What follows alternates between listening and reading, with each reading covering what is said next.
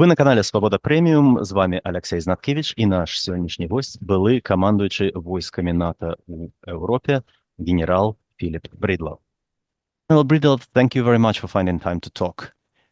When you spoke Падчас дыскусіі на нядаўняй канферэнцыі Глобсек у Празе вы казалі, што Беларусь усё яшчэ спрабуе балансаваць у кантэксце цяперашняй расійскай вайны ва ўкраіне.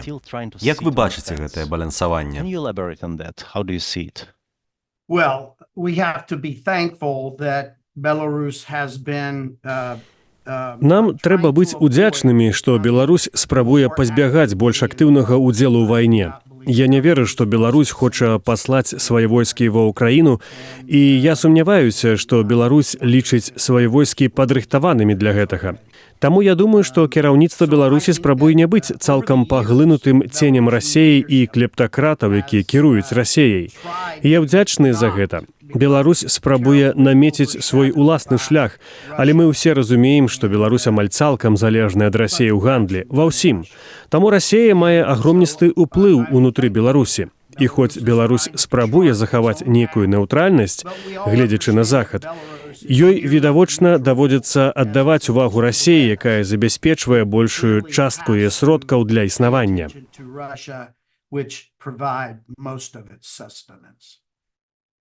Вы таксама гаварылі пра Беларусь як магчымасць. Ці маглі бы ўдакладніць, якія пазітыўныя сцэнары вы бачыце? Positive scenarios do you see? Well, because Belarus hasn't fully fallen under the direction of Russia in this war. Паколькі Беларусь не цалкам трапіла пад кіраванне Расеі падчас гэтай вайны, яна застаецца магчымасцю. Трэба, каб Беларусь думала пра сваю будучыню і разумела, што яна ў будучыні мае быць часткай захаду ў нейкай ступені. А для гэтага трэба, каб беларускае кіраўніцтва устрымалася ад нападу ці падтрымкі дадатковых нападаў на ўкраіну. Я маю на ўвазе, што на пачатку вайны Расея выкарыстоўвала Беларусь мноствам розных спосабаў для нападаў на ўкраіну.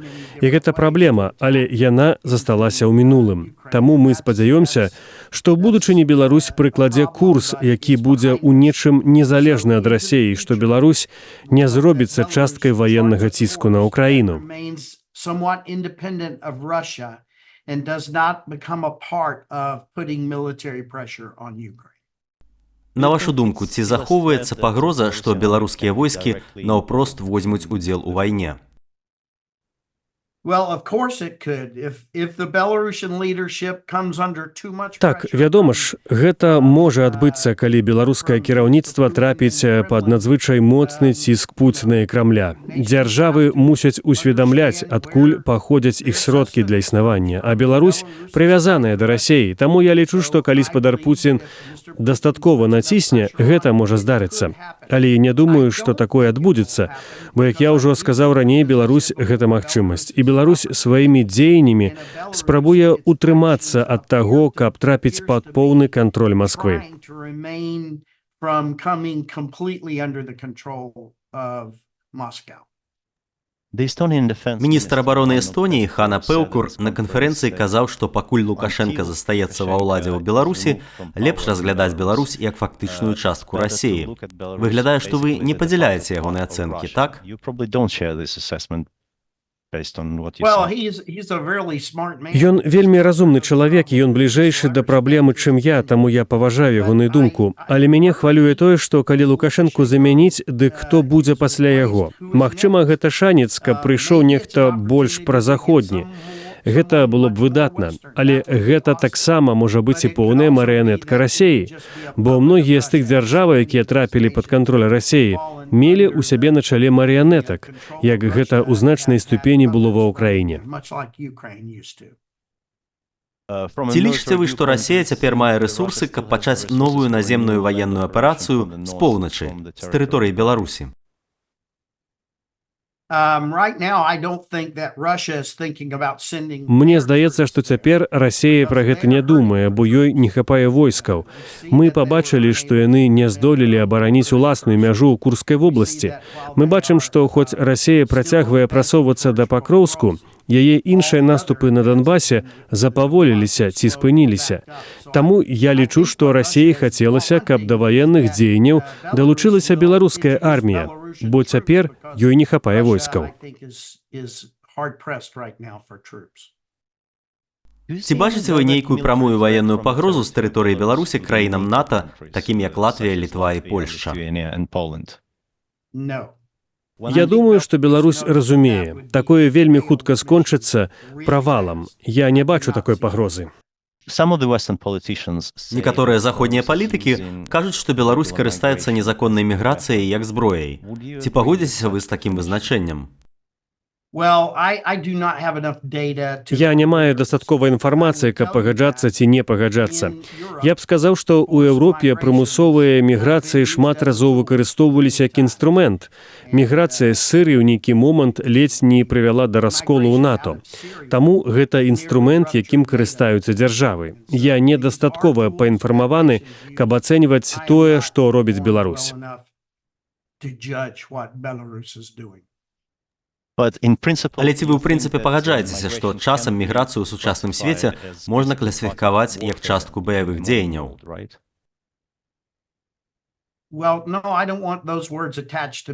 Не, я б не хацеў, каб мяне прывязвалі да такіх словаў. Вось як я пра гэта сказаў. Ёсць законная міграцыя, ёсць законныя ўцекачы. Нам на Захадзе трэба прымаць законную міграцыю і законных уцекачоў. Але калі з уцекачоў робіць зброю аўтакратычная дзяржава, дык гэта ўжо зусім іншая рэч. Як бы вы ацанілі леташнія заявы кіраўніцтва Расіі і Беларусі, што на беларускай тэрыторыі ўжо ёсць расійская ядзерная зброя? So yeah, this is a long subject. Let me start it by saying that Гэта доўгая размова. Дазвольце мне пачаць з таго, што армія спадара Пуціна яго падвяла. Ім далі час да пачатку верасня ўзяць Пакроўск. У іх гэта не атрымалася. Гэта правал. Яны па-ранейшаму наступаюць, але яны не выканалі сваёй задачы. Але пры тым, што ягоная армія яго падводзіць, спадар Пуцін дасягае шалёнага поспеху ў сваёй вайне запалохвання. Ён выкарыстоўвае ядзерную пагрозу, пагрозу пашырэння вайны, пагрозу таго, што амерыканскія салдаты будуць зноў гінуць на палях баёў у Еўропе. Гэтымі пагрозамі ён запалохвае і стрымлівае Захад. І гэтая праграма шалёна паспяховая, бо мы на Захадзе цяпер стрыманыя амаль цалкам.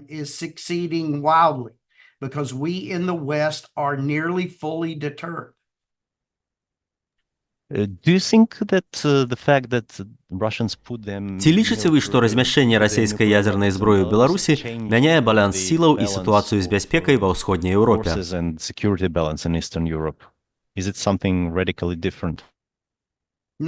Не. Калі выкарыстоўваць гэтую зброю, дык такая ж далёкасць удару магчымая з тых месцаў, дзе ядзерная зброя размешчаная ў Расіі. Тое, што зброя ў Беларусі, не мае для гэтага значэння, калі яна сапраўды ў Беларусі. Зноўку ж, гэта вайна словаў, гэта вайна запалохвання. Спадар Пуцін хоча, каб людзі на высокіх пасадах у ягоным урадзе рэгулярна нешта казалі пра ядзерную зброю, каб працягваць запалохваць Захад. І мы сапраўды напалохаліся. Гэтая частка ягонай кампаніі шалёна паспяховая. Як вы ацэньваеце ўкраінскую аперацыю ў Курскай вобласці Расіі? Ці лічыце вы, што яна дапаможа памяняць погляды заходніх палітыкаў? Магчыма, яна пакажа ім, што меркаваныя чырвоныя лініі Расіі не настолькі ўжо чырвоныя, як здавалася.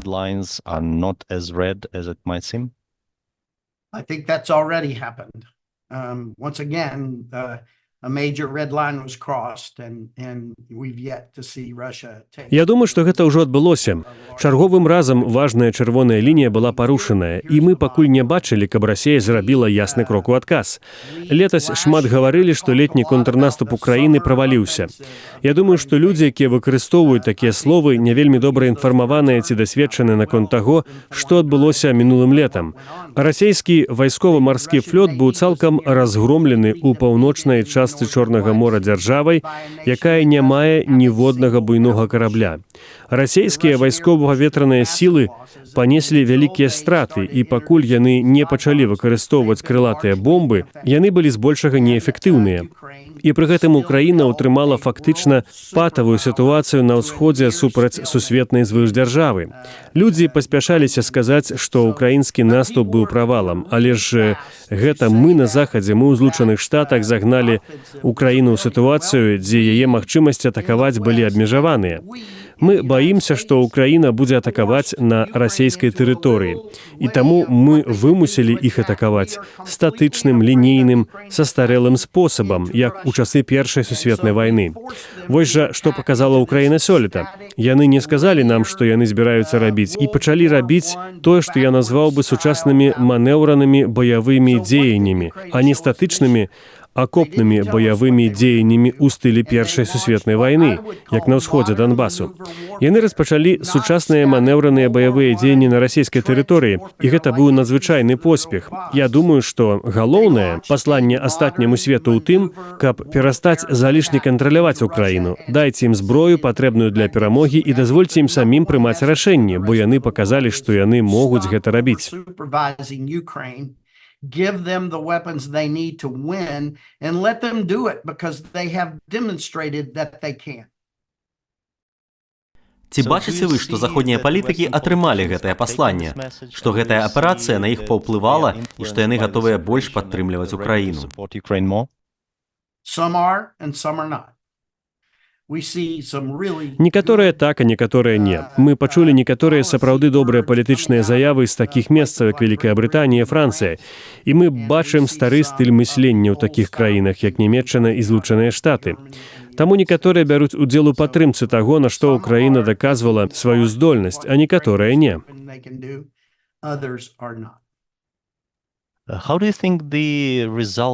Як, на вашу думку, на гатоўнасць амерыканскага боку падтрымліваць украінцаў паўплываюць вынікі выбараў ЗША ў лістападзе?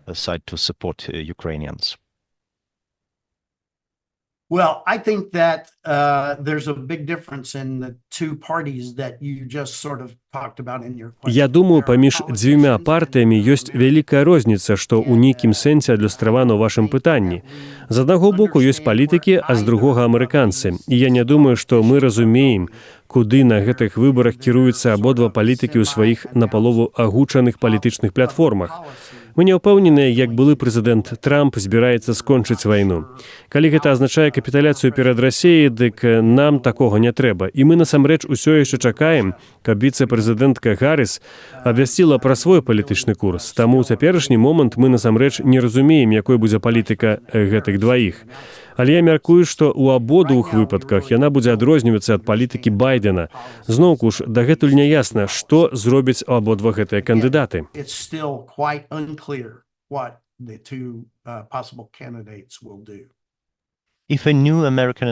Калі новая адміністрацыя ЗША спытаецца вашай парады наконт палітыкі адносна Украіны і гэтай вайны, якія былі б вашыя рэкамендацыі?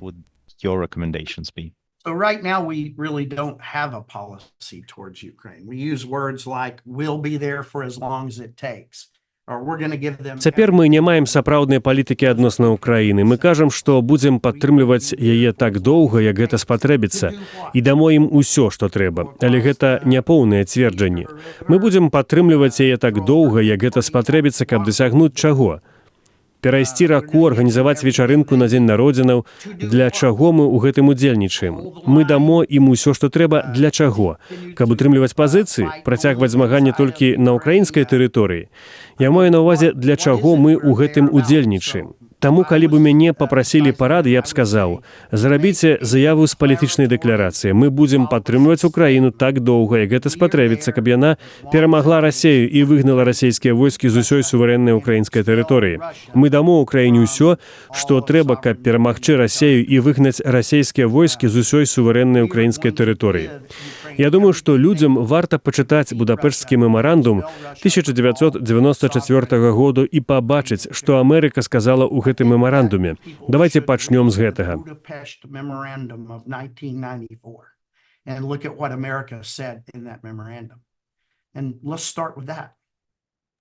Беларусь таксама была адной з краінаў, якія падпісалі Будапешскі мемарандум, бо Беларусь, як і Украіна, на той час мела на сваёй тэрыторыі ядзерную зброю, якую пасля падпісання мемарандуму вывелі з Беларусі і Украіны. У многіх беларусаў ёсць засцярогі, што калі вайна ва ўкраіне ператворыцца ў замарожаны канфлікт, дык Беларусь можа на дзесяцігоддзі застацца за новай жалезнай заслонай у расійскай сферы ўплыву. Якія былі б вашыя рэкамендацыі для новой администрации США наконт политики адносна Беларуси? Well, first, let me address nuclear weapons. The world is watching. The world is watching. And here's what the world sees. Ukraine gave up its nuclear weapons. Па-першае, дазвольце мне спыніцца на тэме ядзернай зброі. Свет назірае за цяперашняй сітуацыяй, і вось што свет бачыць.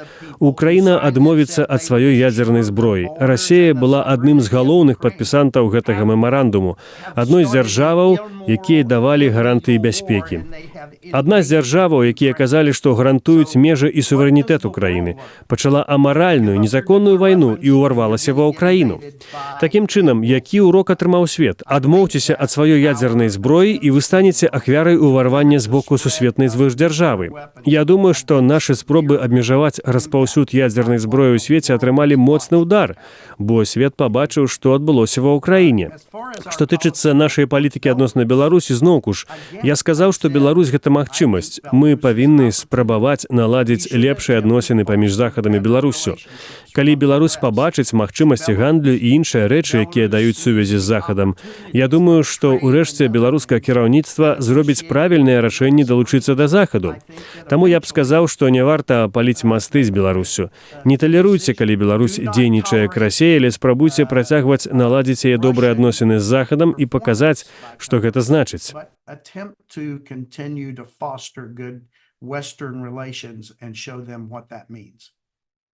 Але ці лічыце вы, што гэта практычна магчыма ў сітуацыі, калі шмат хто лічыць Лукашэнку поўнай марыянеткай Крамля?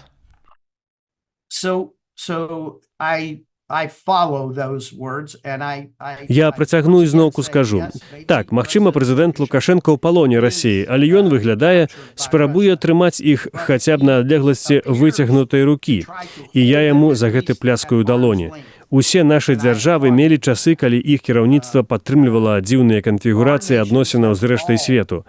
У маёй краіны гэта таксама было, таму нам трэба спрабаваць працаваць з тымі кіраўнікамі, якія ёсць. І зноўку ж, я б глядзеў на Беларусь як на магчымасць, а не як на цалкам адмоўнага ўдзельніка падзеяў.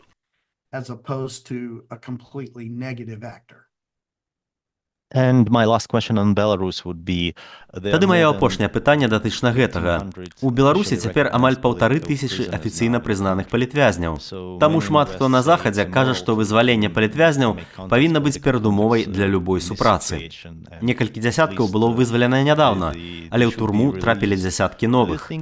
Наколькі, на вашу думку, можна мець палітычныя стасункі, перамовы і, магчыма, нават нейкія геапалітычныя саюзы з рэжымам, які мае столькі палітвязняў? In a situation with the regime that has so many political prisoners. So I would make a statement that I've made many times, and some people don't agree. Тут я зраблю заяву, якую рабіў ужо шмат гадоў, і шмат хто ў гэтым са мной не згодны. Відавочна, ёсць рэчы, якія нам нельга рабіць з Беларуссю. Бо ёсць праблема вязняў, іншыя рэчы, дзе беларускае кіраўніцтва не дзейнічае адпаведна заходнім маральным прынцыпам і стандартам. Але людзі часта кажуць, калі мы маем праблему з нейкай краінай, што варта разрываць стасункі з гэтай краінай. Я лічу, што нам варта рабіць зусім супрацьлеглае. Вось што адбылося з Расіяй. Мы былі вымушаныя перарваць стасункі на вайсковым узроўні. У свой час я быў вымушаны спыніць кантакты са спадаром Герасімавым, начальнікам расійскага генштабу. Я лічыў, што гэта было кепскае рашэнне. Калі мы ў стане вайны, альбо калі ў нас вялікія праблемы з іншай краінай, нам трэба павялічваць палітычныя кантакты, каб спрабаваць паўплываць на змены да лепшага. Я не думаю, што разрыў стасункаў калі-небудзь прыносіў карысць. Ёсць шмат спосабаў пакарання ці інструментаў, якія мы можам скарыстаць, каб паўплываць на змены. Але калі разрываць дыялог, я не думаю, што мы некалі дасягнем слушнага выніку. Я думаю, што нам трэба павялічваць узаемадзеянне. I think we should increase our interaction. Як вы ацэньваеце палітычныя мэты Расіі? Былы прэзідэнт Балгарыі Росін Плеўняліеў кажа, што Расія імкнецца да тэрытарыяльнай экспансіі. Хоча анексаваць усю Украіну, анексаваць Беларусь, Малдову, а потым наўпрост атакаваць сваіх суседзяў, якія ўваходзяць у НАТО. Ці лічыце вы, што Расія мае такія планы?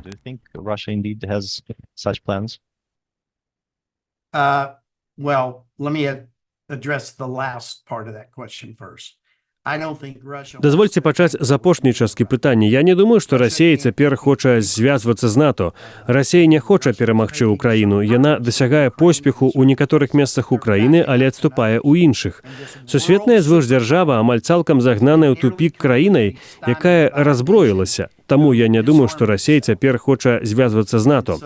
У будучыні гэта магчыма. Калі мы здадзімся і дазволім ім пачаць адбудоўваць іх армію, дык праз 2 ці 3 гады яны зноў нападуць. Але я не бачу, каб Расія верыла, што можа напасці на НАТО.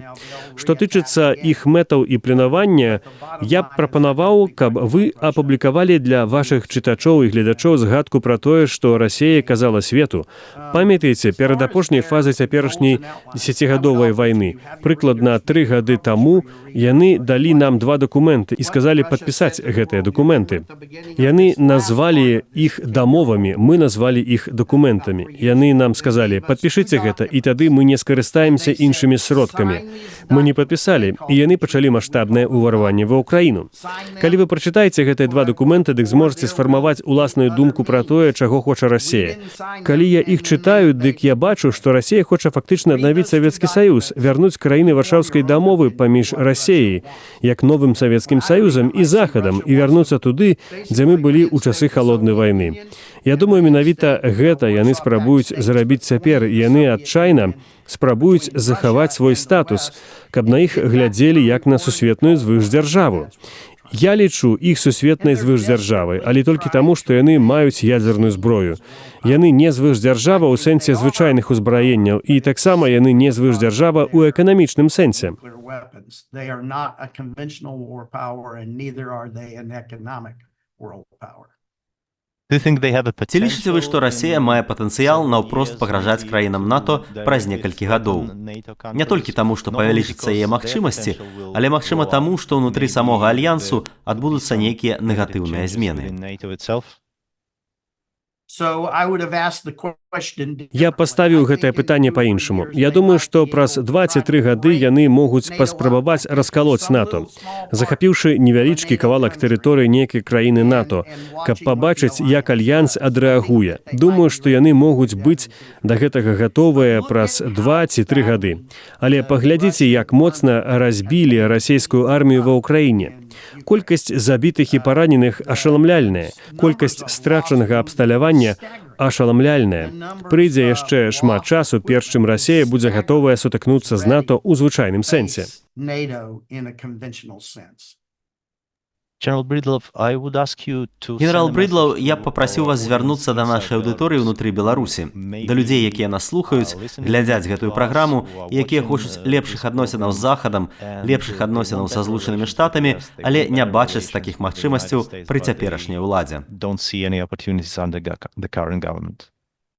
Не здавайцеся. Працягвайце спрабаваць. Я нагадаю, з намі на сувязі быў генерал Філіп Брыдлаў, былы камандуючы войскамі НАТО ў Еўропе. Вы на канале Свабода Прэміум, з вами быў Алексей Знаткевіч. Калі гэта магчыма для вас, падзяліцеся гэтым відэа, калі гэта для вас бяспечна, паставце пад ім лайк, так яго пабачыць больш людзей. Не губляйце свабоды.